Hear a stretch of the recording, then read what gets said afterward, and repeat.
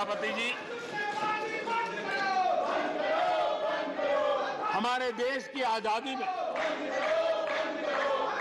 1857 से लेकर के स्वतंत्र संग्राम का कोई भी दशक उठा लीजिए, हिंदुस्तान का कोई भी भूभाग उठा लीजिए, मेरे देश की आजादी की लड़ाई में मेरे देश के आदिवासियों का योगदान स्वर्णिम पृष्ठ से भरा पड़ा हुआ है। गर्व होता है देश को कि मेरे आदिवासी भाइयों ने आजादी के महात्म्य को समझा था, लेकिन दशकों तक मेरे आदिवासी भाई विकास से वंचित रहे और विश्वास का सेतु तो कभी बन ही नहीं पाया। आशंकाओं से भरी हुई व्यवस्था बनी और उन नौजवानों के मन में बार बार सरकारों के लिए सवाल उठते चले गए, लेकिन उन्होंने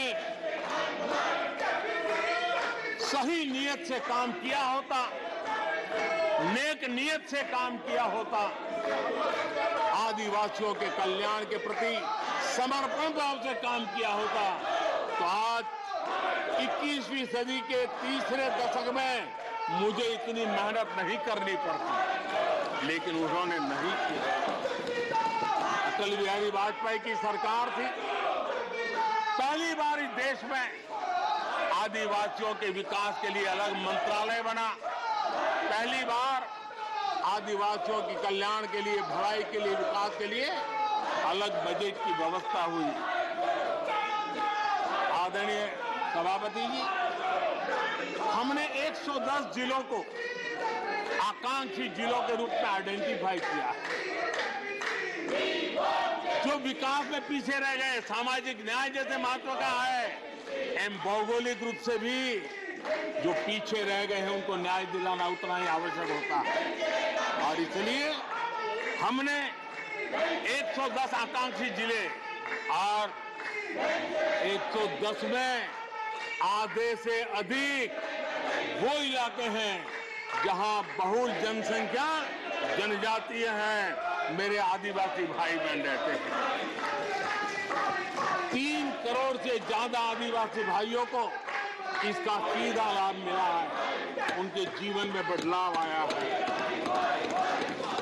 इन क्षेत्रों में शिक्षा, स्वास्थ्य, इंफ्रास्ट्रक्चर, इसमें अभूतपूर्व सुधार हुआ है, क्योंकि हमने 110 जिलों पर विशेष फोकस किया है, उनका रेगुलर मॉनिटरिंग कर रहे हैं।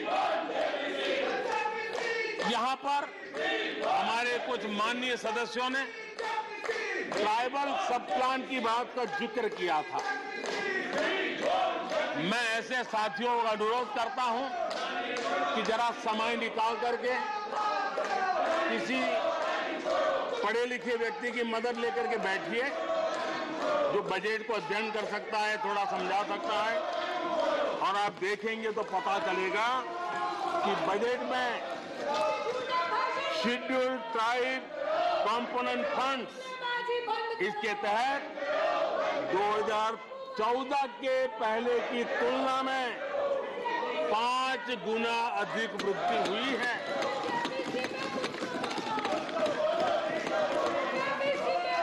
आदरणीय सभापति जी, 2014 के पहले जब उनकी सरकार थी, तब एलोकेशन 20-25 हजार करोड़ रुपए के आसपास रहता था।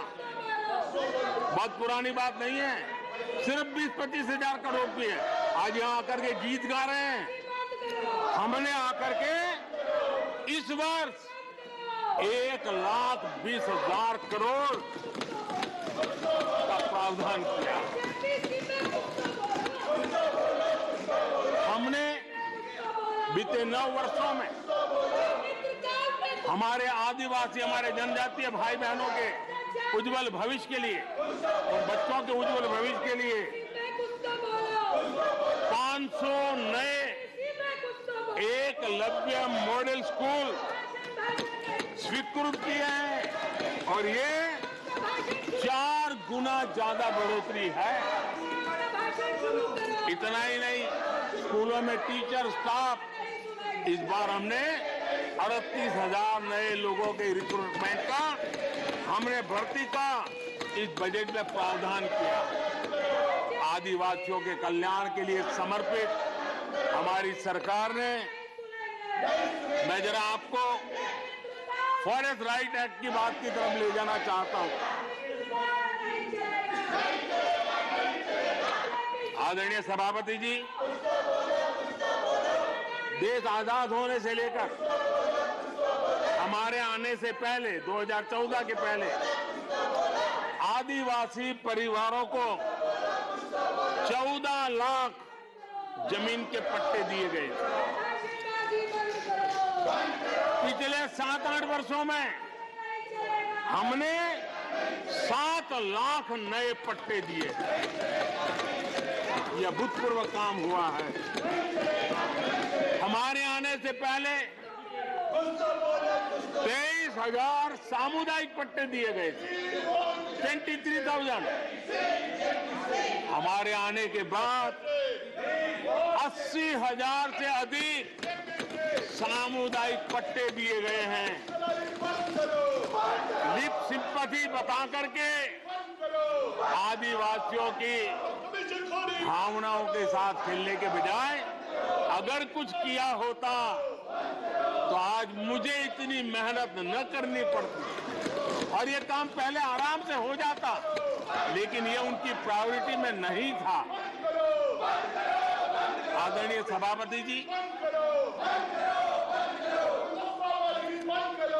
इनकी अर्थनीति, उनकी समाज नीति, उनकी राजनीति वोट बैंक के आधार पर ही चलती रही और उसके कारण समाज की जो बेसिक ताकत होती है, स्वरोजगार के कारण देश की आर्थिक गतिविधि बढ़ाने वाला जो सामर्थ्य होता है, इन्होंने हमेशा नजरअंदाज कर दिया। उनको वो इतने छोटे लगते थे, इतने बिखरे हुए लगते थे, तो उसका उनको कोई मूल्य ही नहीं था।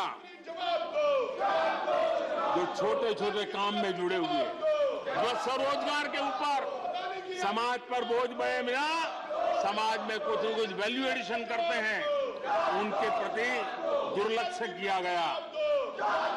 छोटे काम में जुटे इन करोड़ों लोगों को भुला दिया गया। मुझे गर्व है कि मेरी सरकार ने रेहड़ी वाले, ठेले वाले, फुटपाथ पर व्यापार करने वाले लोगों की सुन ले, ब्याज के चक्कर में जिनके जीवन तबाह हो जाते थे, दिन भर का पसीना ब्याज खोरों के घर जाकर के चुकाना पड़ता था, उन गरीबों की चिंता हमने की, उन रेहड़ी ठेले पटरी वालों की चिंता हमने की।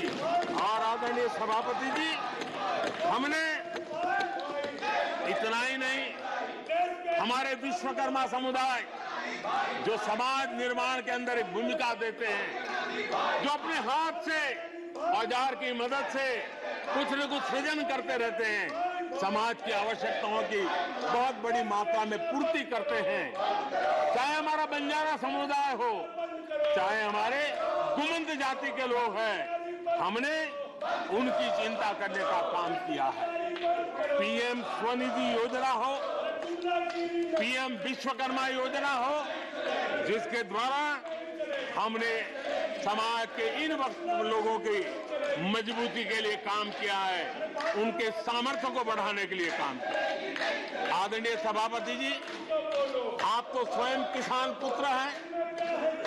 इस देश के किसानों के साथ क्या बीती है, ऊपर के कुछ एक वर्ग को संभाल लेना और उन्हीं से अपनी राजनीति चलाए रखना, यही सिलसिला चला। इस देश की कृषि की सच्ची ताकत छोटे किसानों में है। 1 एकड़ 2 एकड़ भूमि का वो बड़ा मुश्किल से 80-85% इस देश का ये वर्ग है। इन छोटे किसान उपेक्षित थे, उनकी आवाज कोई सुनने वाला नहीं था। हमारी सरकार ने छोटे किसानों पर ध्यान केंद्रित किया। छोटे किसानों को फॉर्मल बैंकिंग के साथ जोड़ा। आज साल में 3 बार सीधे पीएम किसान सम्मान निधि छोटे किसान के खाते में जमा होती है। इतना ही नहीं, हमने पशुपालकों को भी बैंकों से जोड़ा, हमने मछुआरों को बैंकों से जोड़ा और उनको ब्याज में रियायत दे करके उनके आर्थिक सामर्थ्य को बढ़ाया ताकि वो अपना व्यवसाय विकसित कर सके, अपने क्रॉप पैटर्न को बदल सके, अपने उत्पादित किए हुए माल को रोक करके उचित दाम मिलने पर बाजार में ले जा सके। उस दिशा में हमने काम किया। आदरणीय सभापति जी, हम जानते हैं हमारे देश के बहुत सारे किसान ऐसे हैं कि जो बरसाती पानी पर उनको गुजारा करना पड़ता है। सिंचाई की व्यवस्था ये पिछली सरकारों ने की नहीं। हमने और देखा है कि छोटे किसान पानी बरसाती के भरोसे जीने वाले मोटे अनाज की खेती करते हैं, पानी होता नहीं है। ये मोटे अनाज की खेती करने वाले किसानों को हमने विशेष स्थान दिया। हमने यूएन को लिखा कि मिलेट ईयर मनाइए, दुनिया में भारत के मोटे अनाज की एक ब्रांडिंग बने, मार्केटिंग बने और उसके सुविचारित रूप से अब उस मोटे अनाज को श्री अन्न के रूप में, जैसे श्रीफल का महात्मा है वैसे ही श्री अन्न का महात्मा बने और छोटे किसान जो पैदावार करते हैं उनको उचित दाम मिले, ग्लोबल मार्केट मिले, देश में क्रॉप पैटर्न में परिवर्तन आए। और इतना ही नहीं, ये मिलेट सुपर फूड है, पोषण के लिए बहुत बड़ी ताकत है। हमारे देश के नई पीढ़ी को पोषण की समस्या के समाधान में भी ये काम आए, जो मेरे छोटे किसान को भी मजबूत करेगा। हमने फर्टिलाइजर में भी अनेक नए विकल्प डेवलप किए हैं, उसका भी लाभ मिल रहा है।